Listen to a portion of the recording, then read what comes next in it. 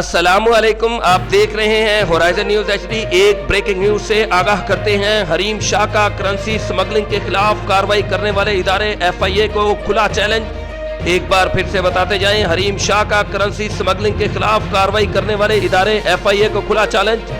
मजीद जानते हैं हमारे नुमाइंदे हमाद सोमरू से। जी हमाद, बताइएगा। हरीम शाह का करेंसी स्मगलिंग के खिलाफ कार्रवाई करने वाले इदारे FIA को खुला चैलेंज। पाकिस्तान की हुकूमत ना सिर्फ मुझे पकड़ सकती है और ना ही मुझे स्मगलिंग से रोक सकती है। पाकिस्तान में कानून सिर्फ गरीब लोगों पर लागू होता है। सोशल मीडिया पर स्मगलिंग शुदा करेंसी सामने रखकर कानून नाफज करने वालों को खुला चैलेंज दे दिया। नहीं कहा, आपको पता है, और कह भी नहीं सकते।